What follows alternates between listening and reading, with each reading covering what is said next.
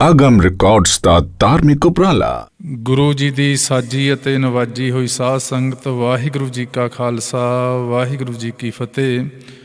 ਗੁਰਮੁਖ ਪਿਆਰਿਓ, ਅੱਜ ਆਪਾਂ ਵਿਚਾਰ ਕਰਨ ਦਾ ਯਤਨ ਕਰਾਂਗੇ ਕਿ ਸਾਡੇ ਇਸ ਅਸ਼ਾਂਤ ਹੋਏ ਮਨ ਨੂੰ ਕਿਵੇਂ ਸ਼ਾਂਤ ਕਰਨਾ ਅਤੇ ਸਾਡੇ ਮਨ ਦੇ ਅਸ਼ਾਂਤ ਹੋਣ ਦੇ ਕੀ ਕਾਰਨ ਨੇ, ਅਤੇ ਇਹਨੂੰ ਅਸੀਂ ਸੁਖੀ ਔਰ ਸ਼ਾਂਤ ਕਰਨ ਦਾ ਗੁਰੂ ਗ੍ਰੰਥ ਸਾਹਿਬ ਦੀ ਬਾਣੀ ਦਾ ਗਿਆਨ ਲੈ ਕੇ ਕਿਵੇਂ ਅਸੀਂ ਸੁਖੀ ਹੋ ਸਕਦੇ ਹਾਂ।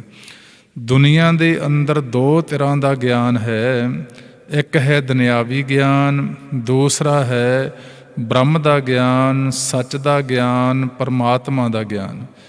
ਦੁਨੀਆ ਦਾ ਗਿਆਨ ਸਾਨੂੰ ਸਾਡੇ ਮਾਂ-ਬਾਪ ਤੋਂ ਪ੍ਰਾਪਤ ਹੋ ਜਾਂਦਾ, ਫਿਰ ਦੁਨੀਆ ਦੇ ਸਕੂਲਾਂ, ਕਾਲਜਾਂ, ਯੂਨੀਵਰਸਿਟੀਆਂ 'ਚੋਂ ਪ੍ਰਾਪਤ ਹੋ ਜਾਂਦਾ। ਹੌਲੀ ਹੌਲੀ ਇਸੇ ਗਿਆਨ ਦੇ ਨਾਲ ਅਸੀਂ ਵਿਗਿਆਨ ਦਾ ਆਸਰਾ ਲੈ ਕੇ ਯਤਨ ਕਰਦੇ ਹਾਂ ਕਿ ਅਸੀਂ ਆਪਣੇ ਜੀਵਨ ਦੇ ਅੰਦਰ ਸ਼ਾਂਤ ਰਹੀਏ, ਸੁਖੀ ਰਹੀਏ।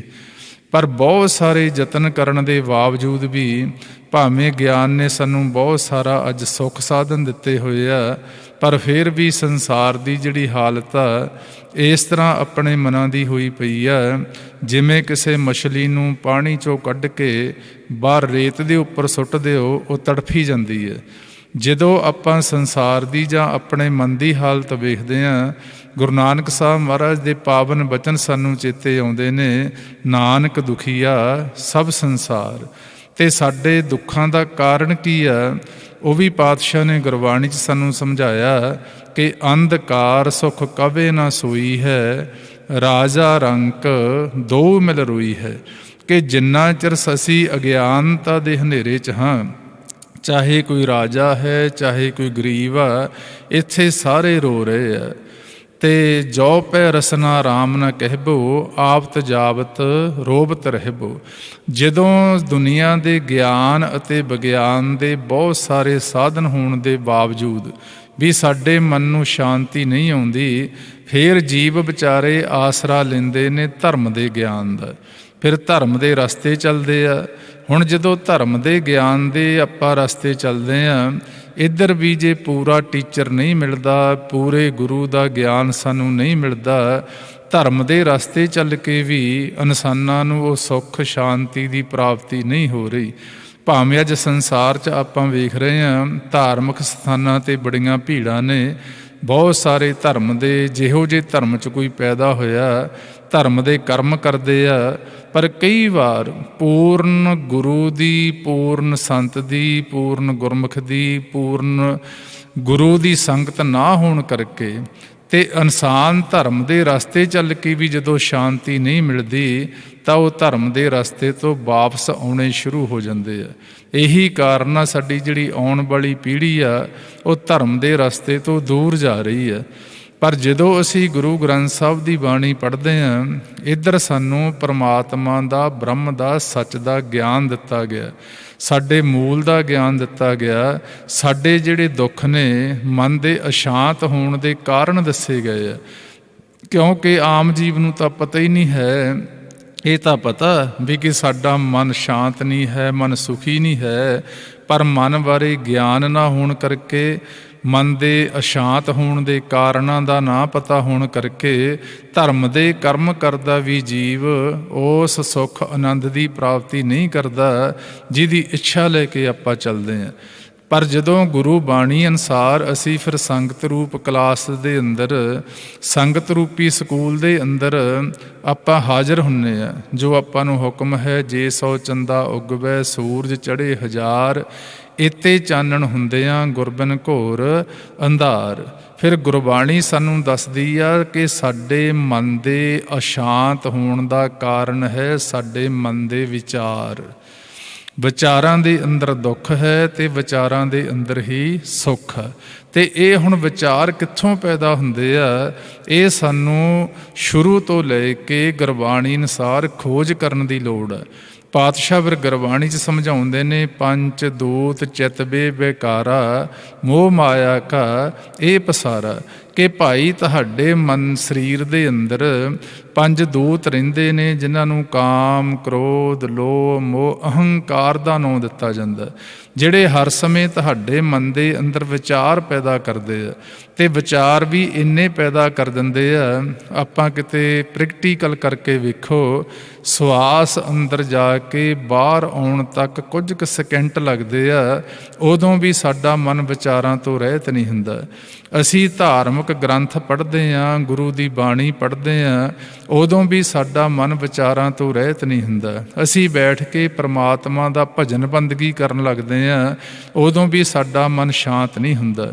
ਫਿਰ ਆਪਾਂ ਨੂੰ ਸੋਚਣਾ ਪੈਂਦਾ ਕਿ ਕਾਰਨ ਕੀ ਹੈ। ਪਾਤਸ਼ਾਹ ਫਿਰ ਆਪਾਂ ਨੂੰ ਸਮਝਾਉਂਦੇ ਨੇ ਕਿ ਤੁਸੀਂ ਖੋਜੀ ਬਣੋ।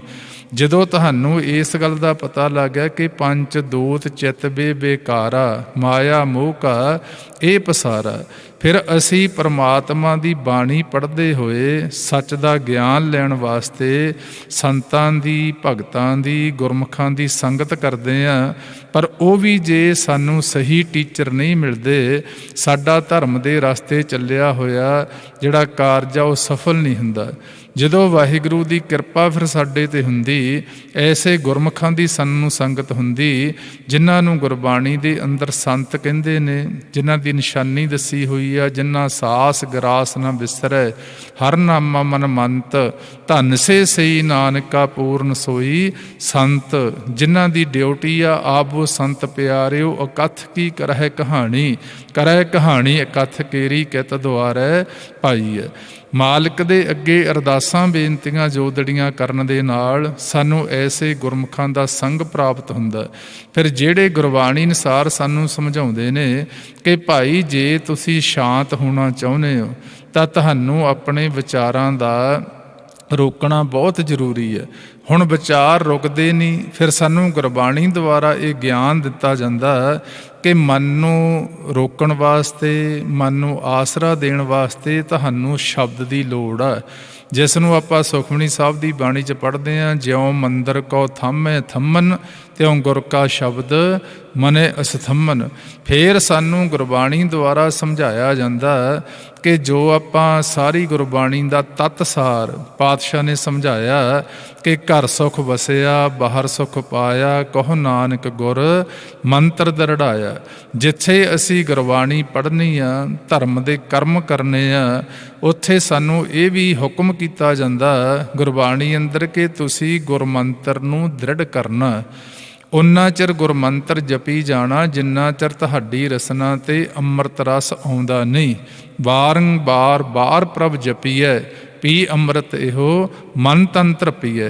ਜਦੋਂ ਫਿਰ ਅਸੀਂ ਗੁਰਮੁਖਾਂ ਦੀ ਸੰਗਤ ਕਰਕੇ ਜੋ ਸਾਨੂੰ ਗੁਰੂ ਨਾਨਕ ਸਾਹਿਬ ਮਹਾਰਾਜ ਨੇ ਵਿਧੀ ਦੱਸੀ ਕਿ ਗੁਰਮੰਤਰ ਦਾ ਅਭਿਆਸ ਕਿਵੇਂ ਕਰਨਾ, ਅੰਤਰ ਸਵਾਸ ਜੇ ਵਾਹੇ ਮਿਲਾਵੇਂ, ਨਿਕਸੇ ਵਹਿਰ ਤਾਂ ਗੁਰੂ ਅਲਾਵੇਂ। ਜਦੋਂ ਅਸੀਂ ਗੁਰਮੰਤਰ ਦਾ ਅਭਿਆਸ ਆਪਣੀ ਹੀ ਆਵਾਜ਼ ਦੇ ਅੰਦਰ ਧਿਆਨ ਰੱਖ ਕੇ ਕਰਾਂਗੇ, ਕਿਉਂਕਿ ਅਸੀਂ ਨਿਰੰਕਾਰ ਦੇ ਉਪਾਸ਼ਕ ਹਾਂ, ਕਿਸੇ ਆਕਾਰ ਦੇ ਨਹੀਂ। ਜੇ ਅਸੀਂ ਮਨ ਦੇ ਟਿਕਾਓ ਵਾਸਤੇ ਕਿਸੇ ਆਕਾਰ ਦਾ ਧਿਆਨ ਧਰਦੇ ਹਾਂ ਤਾਂ ਗੁਰਮਤ ਦੇ ਲਹਿਜੇ ਤੋਂ ਅਸੀਂ ਦੂਰ ਹੋ ਜਾਂਦੇ ਹਾਂ। ਫਿਰ ਸਾਨੂੰ ਪਾਤਸ਼ਾਹ ਸਮਝਾ ਰਹੇ ਹਨ ਕਿ ਧਿਆਨ ਕਾਹਦਾ ਧਰਨਾ। ਅੱਜ ਦੀ ਧਾਰਮਿਕ ਜਗਤ ਦੇ ਅੰਦਰ ਸਾਰਿਆਂ ਨੂੰ ਵੱਡੀ ਮੁਸ਼ਕਲ ਇਹ ਆ ਕਿ ਸਾਨੂੰ ਪਤਾ ਨਹੀਂ ਲੱਗ ਰਿਹਾ ਕਿ ਅਸੀਂ ਮਨ ਨੂੰ ਟਿਕਾਉਣ ਵਾਸਤੇ ਧਿਆਨ ਕਾਹਦਾ ਧਰੀਏ।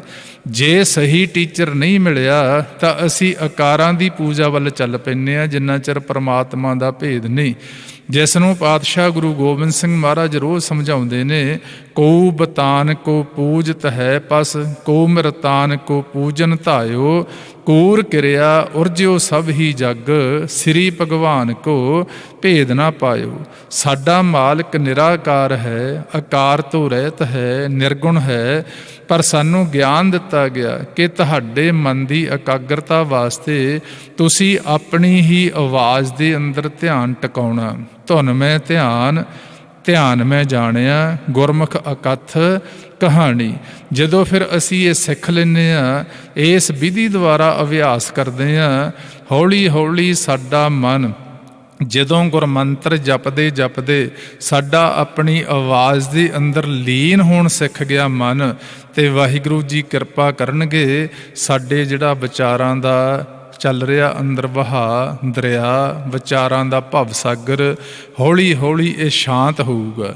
ਜਿਉਂ ਹੀ ਇਹ ਸ਼ਾਂਤ ਹੋ ਜਾਊਗਾ, ਅਸੀਂ ਤ੍ਰੈ ਗੁਣਾ ਤੋਂ ਉੱਪਰ ਉੱਠ ਕੇ ਚੌਥੇ ਪਦ ਦੇ ਅੰਦਰ ਸਾਡੀ ਸੁਰਤੀ ਪਹੁੰਚ ਜਾਊਗੀ, ਜਿਹਨੂੰ ਗੁਰਬਾਣੀ ਦੇ ਅੰਦਰ ਮਨ ਦਾ ਘਰ ਕਿਹਾ ਗਿਆ। ਸਤਿਗੁਰ ਤੇ ਪਾਏ ਵਿਚਾਰਾ, ਸੁਨ ਸਮਾਧ ਸੱਚੇ ਘਰ ਵਾਰਾ। ਜਿਉਂ ਹੀ ਮਨ ਆਪਣੇ ਘਰ ਦੇ ਅੰਦਰ ਪ੍ਰਵੇਸ਼ ਕਰੇਗਾ, ਇਹਨੂੰ ਸ਼ਾਂਤੀ ਆਵੇਗੀ। ਜਿਵੇਂ ਪ੍ਰਤੱਖ ਤੌਰ ਤੇ ਅਸੀਂ ਆਪਣੇ ਘਰੇ ਆ ਕੇ ਇੱਕ ਵੱਖਰਾ ਸੁੱਖ ਮਹਿਸੂਸ ਕਰਦੇ ਹਾਂ, ਇਸੇ ਤਰ੍ਹਾਂ ਮਨ ਜਦੋਂ ਆਪਣੇ ਸਹਿਜ ਸੁੱਖ ਘਰ 'ਚ ਪ੍ਰਵੇਸ਼ ਕਰੇਗਾ ਤਾਂ ਇਹਨੂੰ ਵੱਖਰਾ ਸੁੱਖ ਮਿਲੇਗਾ, ਤੇ ਫਿਰ ਵਾਰ-ਵਾਰ ਉੱਥੇ ਇਹ ਜਾਣ ਦਾ ਯਤਨ ਕਰੇਗਾ।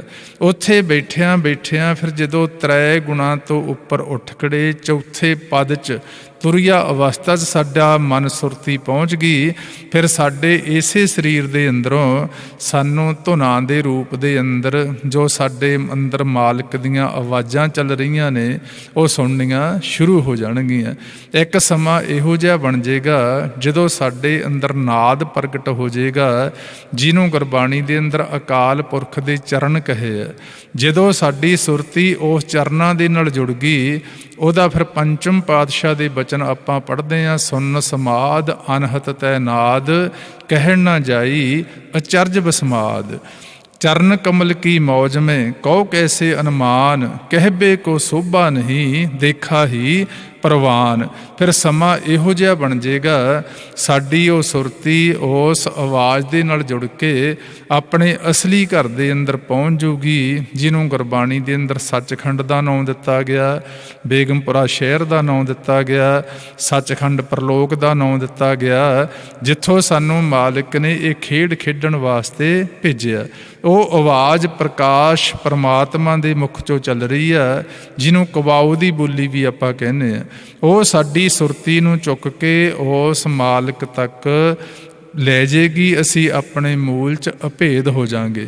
ਪਰ ਜੁਗਤੀ ਆਪਾਂ ਨੂੰ ਗੁਰਬਾਣੀ 'ਚ ਮਹਾਰਾਜ ਨੇ ਸਮਝਾਈ ਆ, ਕਿਸੇ ਭਾਗਾਂ ਵਾਲੇ ਨੂੰ ਸਤਿਗੁਰੂ ਬਖਸ਼ਿਸ਼ ਕਰਦੇ ਨੇ, ਗੁਰ ਕਿਰਪਾ ਜੇ ਨਰਕੋ ਕੀਨੀ ਤੇ ਇਹ ਜੁਗਤ ਪਛਾਨੀ, ਨਾਨਕ ਲੀਨ ਭਿਓ ਗੋਬਿੰਦ ਸਿਉ ਜਿਉ ਪਾਨੀ ਸੰਗ ਪਾਨੀ। ਤੇ ਫਿਰ ਜਦੋਂ ਮਾਲਕ ਦੀ ਸਾਡੇ ਤੇ ਇਹ ਕਿਰਪਾ ਹੋ ਗਈ, ਅਸੀਂ ਕੰਮਕਾਰ ਕਰਦੇ ਵੀ ਸਾਡੀ ਸੁਰਤ ਆ ਜਿਹੜੀ ਉਹ ਪਰਮਾਤਮਾ ਦੇ ਨਾਮ ਨਾਲ ਜੁੜੀ ਰਹੂਗੀ, ਜਿਹਨੂੰ ਆਪਾਂ ਗੁਰਬਾਣੀ 'ਚ ਪੜ੍ਹਦੇ ਹਾਂ, ਹਾਥ ਪਾਉ ਕਰ ਕਾਮ ਸਭ ਚੀਤ ਨਿਰੰਜਨ ਨਾਲ। ਫੇਰ ਸਾਡੇ ਮਨ ਨੂੰ ਟਿਕਾਓ ਆਊਗਾ, ਸ਼ਾਂਤੀ ਆਊਗੀ, ਤੇ ਜਿਹਨੂੰ ਸਾਰਾ ਸੰਸਾਰ ਲੱਭਦਾ ਫਿਰਦਾ। ਇਹਦੇ ਵਾਸਤੇ ਗੁਰਮੁਖੋ ਆਪਾਂ ਨੂੰ ਜਿੱਥੇ ਆਪਾਂ ਧਰਮ ਦਾ ਗਿਆਨ ਲੈਣਾ, ਅੱਛੇ ਕਰਮ ਕਰਨੇ ਆ, ਧਰਮ ਦੇ ਕਰਮ ਕਰਨੇ ਆ, ਪਰ ਯਤਨ ਕਰਿਆ ਕਰੀਏ ਜਿਹੜੇ ਕਰਮ ਨੂੰ ਗੁਰਬਾਣੀ 'ਚ ਸਾਰਿਆਂ ਤੋਂ ਉੱਚਾ ਕਿਹਾ, ਪ੍ਰਭ ਕਾ ਸਿਮਰਨ ਸਭ ਤੇ ਉੱਚਾ। ਬੈਠ ਕੇ ਗੁਰਮੰਤਰ ਦਾ ਅਭਿਆਸ ਕਰਿਆ ਕਰੀਏ ਤਾਂ ਕਿ ਸਾਡੀ ਸੁਰਤ ਨੂੰ ਸ਼ਬਦ ਦਾ ਆਸਰਾ ਮਿਲੇ। ਇਹ ਵਿਚਾਰਾਂ ਦੇ ਭਵ ਸਾਗਰ 'ਚੋਂ ਪਾਰ ਹੁੰਦੀ ਹੁੰਦੀ ਅੰਮ੍ਰਿਤ ਰਸ ਨਾਮ ਰਸ ਦੀ ਪ੍ਰਾਪਤੀ ਕਰ ਜੇ, ਜਿਹਦੇ ਮਿਲਣ ਤੋਂ ਬਾਅਦ ਅਸੀਂ ਭਾਗਾਂ ਵਾਲੇ ਹੋਣਾ, ਜਿਹਨੂੰ ਰੋਜ਼ ਆਪਾਂ ਪੜ੍ਹਦੇ ਹਾਂ, ਜਿਨ ਹਰ ਹਰ ਹਰ ਰਸ ਨਾਮ ਨਾ ਪਾਇਆ ਤੇ ਭਾਗਹੀਣ ਜਮ ਪਾਸ। ਹੁਣ ਬਹੁਤ ਸਾਰੇ ਜੀਵਾਂ ਦੇ ਪ੍ਰਸ਼ਨ ਹੁੰਦੇ ਆ ਕਿ ਜੀ ਗੁਰਮੰਤਰ ਦਾ ਅਭਿਆਸ ਕਿਵੇਂ ਕੀਤਾ ਜਾਵੇ, ਉਹਦੇ ਬਾਰੇ ਗੁਰਮੁਖੋ ਸਰਵਣ ਕਰ ਲਓ। ਜਦੋਂ ਗੁਰਬਾਣੀ ਪੜ੍ਹਨੀ ਆ ਬੜੇ ਧਿਆਨ ਨਾਲ ਪੜ੍ਹਨੀ ਆ, ਖੋਜੀ ਬਣ ਕੇ ਪੜ੍ਹਨੀ ਆ। ਜਦੋਂ ਫਿਰ ਜੋ ਗੁਰਬਾਣੀ ਸਾਨੂੰ ਕਹਿੰਦੀ ਆ ਉਹ ਆਪਾਂ ਕਰਮ ਕਰਨਾ, ਉਦੋਂ ਸਰੀਰ ਨੂੰ ਰਿਲੈਕਸ ਕਰਕੇ ਬੈਠਣਾ ਤੇ ਨੇਤਰ ਆਪਣੇ ਬੰਦ ਕਰਨੇ ਆ। ਕਿਉਂ ਬੰਦ ਕਰਨੇ ਆ? ਤਾਂ ਕਿ ਆ ਜਿਹੜੀ ਦ੍ਰਿਸ਼ਟਮਾਨ ਮਾਇਆ ਸਾਨੂੰ ਨੇਤਰਾਂ ਦੁਆਰਾ ਦਿਸਦੀ ਆ, ਇਹ ਤੋਂ ਸਾਡੀ ਸੁਰਤੀ ਪਿੱਛੇ ਮੁੜ ਆਵੇ। ਤੇ ਉਦੋਂ ਬਾਅਦ ਫਿਰ ਸੂਖਮ ਵਿਚਾਰਾਂ ਦੀ ਮਾਇਆ ਜਿਹੜੀ ਦਿਸਦੀ ਵੀ ਨਹੀਂ, ਬਿਨਾਂ ਦੰਦਾਂ ਤੋਂ ਸਾਨੂੰ ਖਾ ਰਹੀ ਆ, ਉਹ ਸਾਡੀ ਸੁਰਤੀ ਦਾ ਜਿਹੜਾ ਮਨ ਦੀ ਸ਼ਾਂਤੀ ਆ ਵਿਚਾਰਾਂ ਰਾਹੀਂ ਉਹਨੂੰ ਭੰਗ ਕਰਦੀ ਆ। ਫਿਰ ਉਸ ਸੂਖਮ ਮਾਇਆ ਤੋਂ ਖਹਿੜਾ ਛਡਾਉਣ ਵਾਸਤੇ ਅਸੀਂ ਸਾਸ ਗਰਾਸ ਵਿਧੀ ਦੁਆਰਾ ਗੁਰਮੰਤਰ ਦਾ ਅਭਿਆਸ ਕਰਨਾ ਹੁੰਦਾ। ਜਦੋਂ ਸਵਾਸ ਅੰਦਰ ਨੂੰ ਜਾਏ, ਇਹ 'ਚ ਧਿਆਨ ਮਿਲਾ ਕੇ ਬੋਲਣਾ ਵਾਹੇ, ਤੇ ਸੁਰਤੀ ਪੂਰੀ ਉੱਥੇ ਤੱਕ ਲੈ ਕੇ ਜਾਣੀ ਆ ਜਿੱਥੇ ਤੱਕ ਆਪਣੀ ਪੌਣ ਜਾਂਦੀ ਆ ਨਾਭੀ ਤੱਕ। ਇੱਥੋਂ ਥੋੜ੍ਹਾ ਜਿਹਾ ਰੁਕ ਕੇ ਜਦੋਂ ਸਵਾਸ ਉੱਪਰ ਨੂੰ ਆਵੇ ਉਦੋਂ ਆਪਾਂ ਬੋਲਣਾ ਗੁਰੂ, ਤੇ ਆਪਣੀ ਆਵਾਜ਼ ਨੂੰ ਪੂਰੇ ਧਿਆਨ ਨਾਲ ਸੁਣਨਾ, ਜਿਹਦੀ ਕਿਰਿਆ ਇਹ ਬਣ ਜੇਗੀ, ਵਾਹ ਗੁਰੂ ਵਾਹਿਗੁਰੂ ਵਾਹਿਗੁਰੂ ਵਾਹਿਗੁਰੂ ਵਾਹਿਗੁਰੂ ਵਾਹਿਗੁਰੂ ਵਾਹਿਗੁਰੂ ਵਾਹਿਗੁਰੂ। ਇਸੇ ਤਰ੍ਹਾਂ ਗੁਰਮੁਖੋ ਜਦੋਂ ਆਪਾਂ ਲੰਬਾ ਸਮਾਂ ਅਭਿਆਸ ਕਰਾਂਗੇ ਤੁਸੀਂ ਮਹਿਸੂਸ ਕਰੋਗੇ ਜਿਵੇਂ ਨੀਂਦ ਜੀ ਆਉਂਦੀ ਹੁੰਦੀ ਆ, ਉਦੋਂ ਡਰ ਨਹੀਂ ਜਾਣਾ। ਉਦੋਂ ਸਾਡਾ ਮਨ ਇਹ ਅਸ਼ਾਂਤਪਣੇ ਤੋਂ ਸ਼ਾਂਤੀ ਵੱਲ ਨੂੰ ਆਪਦੇ ਘਰ ਵੱਲ ਪ੍ਰਵੇਸ਼ ਕਰੇਗਾ। ਹੌਲੀ ਹੌਲੀ ਜਿਉਂ-ਜਿਉਂ ਆਪਾਂ ਮਿਹਨਤ ਕਰਦੇ ਚੱਲਾਂਗੇ ਗੁਰਬਾਣੀ ਸਾਨੂੰ ਅੱਗੇ ਦਾ ਰਸਤਾ ਦੱਸੀ ਜਾਊਗੀ। ਇਹ ਆਪਾਂ ਸਾਰੇ ਜੀਵਾਂ ਨੇ ਕਰਮ ਕਰਨਾ, ਕਿਉਂਕਿ ਬਹੁਤ ਸਾਰੇ ਜੀਵਾਂ ਦੀ ਇਹ ਮੁਸ਼ਕਿਲ ਆ। ਸਵਾਲ ਵੀ ਹੁੰਦੇ ਆ ਕਿ ਸਾਡਾ ਮਨ ਸ਼ਾਂਤ ਕਿਵੇਂ ਹੋਵੇ। ਇਹ ਸ਼ਾਂਤੀ ਨੂੰ ਲੋਕ ਲੱਭਦੇ ਫਿਰਦੇ ਨੇ। ਗੁਰਬਾਣੀ 'ਚ ਪਾਤਸ਼ਾਹ ਨੇ ਆਪਾਂ ਨੂੰ ਗਿਆਨ ਦੇਤਾ, ਡਿੱਠਾ ਸਭ ਸੰਸਾਰ ਸੁੱਖ ਨਾ ਨਾਮ ਬਿਨ। ਇਹ ਬੇਨਤੀਆਂ ਨੇ, ਵਿਚਾਰ ਕਰਦਿਆਂ ਬਹੁਤ ਸਾਰੀਆਂ ਭੁੱਲਾਂ ਚੁੱਕਾਂ ਹੋ ਜਾਂਦੀਆਂ ਨੇ। ਸੰਗਤ ਅਤੇ ਗੁਰੂ ਸਾਹਿਬ ਬਖਸ਼ਣਯੋਗ ਬਖਸ਼ ਲੈਣਾ ਜੀ। ਵਾਹਿਗੁਰੂ ਜੀ ਕਾ ਖਾਲਸਾ, ਵਾਹਿਗੁਰੂ ਜੀ ਕੀ ਫਤਿਹ।